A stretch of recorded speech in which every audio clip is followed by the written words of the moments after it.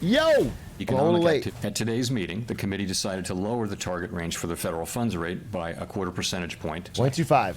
Okay, questions. Our discussion. Questions. This is the big part. Everyone's going to ask, is Trump going to fire you? Given the expectation that the election outcome will produce policies that would meaningfully impact the U.S. economy next year, can you give us any more sense of how proactive or reactive the Fed is prepared to be to changes in economic policies with the next administration? In the near term, the election will have no effects on our policy decisions.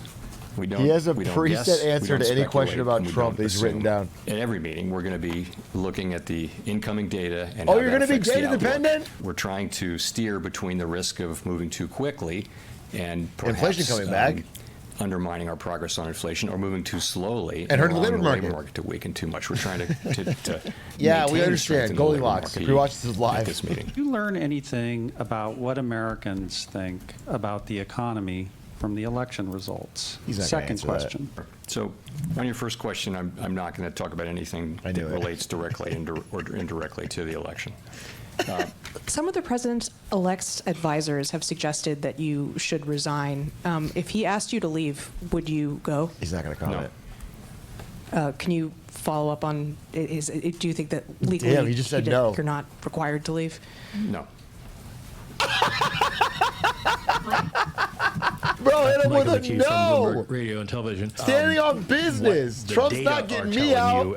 Holy f***. Hit him with just a no. Right now, we're in a period of full employment. We have large budget deficits and debt at historic highs that are rising. Is that something you'd speak out against? That the U.S. federal government's fiscal policy is on an unsustainable path. Ooh! The level of our debt relative to the economy We're is not spending too much. The path is unsustainable. It's unsustainable. It is ultimately a threat to the economy. Now, I can say that. I don't have oversight. We don't have oversight over fiscal policy. No, I can say that. I've said it on many occasions. Just said it again. Do you believe the president has the power to fire or demote you, and has the Fed determined the legality of a president demoting at will any of the other governors with leadership positions? Not permitted under the law. Damn! Not permitted under the law. Damn! He's not leaving! In response Holy to Howard's shit, question, set up for a legal battle. Many average Americans are still not feeling the strength of the economy in their wallets. So what's your message to them on when they might expect relief? So you're right that we say the economy is performing well, and it is. We don't tell people how to feel about the economy. We completely respect what they're feeling. Those feelings are true. They're accurate. We don't question them. Because you've been saying it's good all day. Just a quick follow-up. You've been telling me how to feel all day. Trump has been critical of your performance. Any concern about his influence on the Fed's independence? I'm not going to get into any of the political things here today, but thank you. He was ready for this. Hi, Chair Powell. Nancy He was ready for the Trump questions. What is your plan if we start to see stagflation? Big question. The whole plan is not to have stagflation, so we don't have to deal with it. So that is actually our plan. We just won't. Would it be appropriate for the Fed to undershoot for a while on its inflation goal under the average inflation targeting regime so people have a chance to catch up? No, that's not the way our framework works. We're aiming for inflation at 2%. We did not think it would be appropriate. Keep celebrating path to 2%. Prices are already so high, and it's still above 2% growing on these new prices. Now, we're talking about like the fight is nearly done. It's not. Thank you very much. That's it. Bro's out of here. Okay, so the major takeaway from that was his clear, prepared answer to the idea that Trump could remove him. He said straight up no. He said no and implied that he would go into a legal fight.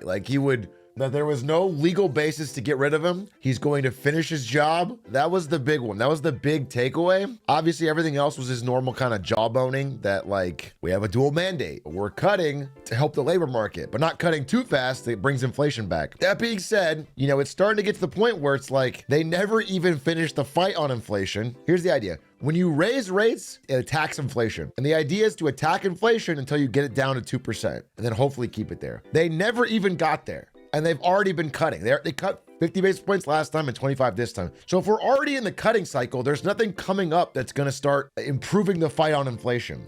It's like they gave up early because they knew the labor market was weakening. That is still weakening, as he said today. It's not insanely fast, but every single time it's getting worse. So I like that the Federal Reserve has a flicker, a threat. Some social media intern at the Federal Reserve has a busy job. It is interesting. I would love to hear Trump's comments on what was said today, where Jerome Powell unequivocally said he won't be moved out of his position politically by the new administration. Not permitted under the law. Oh, look. Fed chair says he won't resign even if Trump asks him to. Damn, bro. His firing was not permitted under the law. That's going to be interesting. Jay Powell's staying solid. Yeah, I wonder if Trump really pushes for it and it goes Supreme Court or whatever. Could be a crazy battle. It was just funny how he said no. But I do know that Trump's plan was, Trump's ideal Federal Reserve chairman is somebody that he has direct influence over. The idea is that he has a direct impact on whether rates are raised or lowered. But it seems, Jerome Powell's been pretty independent. And if he's not quitting, then when does his term end, though? Isn't it right in the middle? Trump has been promising that rates will come down on his watch, even though rates are set by the politically independent Fed and the president has no direct control of them. Trump first elevated Mr. Powell to his current role in 2018. He then quickly soured on him, who resisted his calls to sharply lower interest rates. Trump flirted with trying to fire or demote Mr. Powell during his first term in office, but his team concluded that doing so would be legally complicated and might be impossible. That's what Jerome seems to think. Oh, 2026. There it is. 2026 is when so he's probably going to serve out his term. But in 26, Trump's going to try to get somebody that'll cut rates. What about the argument? Because rate cuts, yeah, it's fair, but it doesn't seem like they even got close on inflation. It's obviously closer than it was. It got down, but it still feels like, especially in housing, that it's sticky. It's very sticky above 2%. So I would say it's unlikely, but we'll see. Do you think it's a purposeful move to undermine Trump's tariff by resparking inflation, creating no room for price rises? Jerome Powell's not trying to undermine anyone. It's funny. Trump actually has a good quote. This is what Trump said about Jerome Powell. It's the greatest job in government. You show up to the office once a month and you say, let's see, flip a coin. And everyone talks about you like you're a god. That shit's funny to me. They flip a coin. They cut 0.25. They raise 0.25. They come out. They say the stock lines, and everyone in the audience is like, oh yeah, so brilliant. The truth is, man, I think they're on the seat of their pants on this one. And I think if you listen to the meeting, it's very clear they're kind of pulled in two directions. They would love if it was only the inflation fight to keep things where they are or even raise them. Because the inflation fight is not done. Ideally, it should be done by now, but it's not. They had to cut early because of the labor market. And then they keep getting pulled to do these small or in that last case, big cuts, because the labor market is cooling. Now, he'll say it a lot of ways. He'll say labor market's in a great place. It's cooling softly, but he's saying that consistently, and it keeps deteriorating. So for that, they have to cut to try and stimulate the economy. The worst outcome would be if they don't win either fight. It's stagflation, where we get slow or negative growth and the job market's weakening and inflation isn't gone. So we're getting inflation. That would be the worst outcome. And I'm not saying we're at that. I'm saying he's, it's something we're very likely headed towards. I'm sorry you've already answered this. Is Jerome Powell doing a good job? You know what? I'm generally a fan of Jerome Powell. He's in an impossible situation, and Jerome Powell did something that I thought wouldn't be possible, which is he raised rates a lot to fight inflation. Again, a few years back. I think this last bit of sticky inflation above 2% I wish we'd beaten that, but he did a good thing. Everybody on Wall Street wants you to always cut at all times. Every politician, Biden or Trump, wants you to cut at all times. They want to stimulate as much as possible because it's good for them, and he didn't do that. So I give him credit, but I also have watched a lot of these, and he's a notorious, job owner. He's good at talking and saying nothing and yapping and not answering directly. What's the percent at right now? I think we're at 4.25, something like that. Game recognized game. Facts. Are you repeating the pod? Yeah, I'm thinking the streamer to Federal Reserve Chairman pipeline should be good because it's the art of the yap. Maybe trouble pick me, dude. Maybe trouble pick me. I can yap up there. Dual mandate, baby.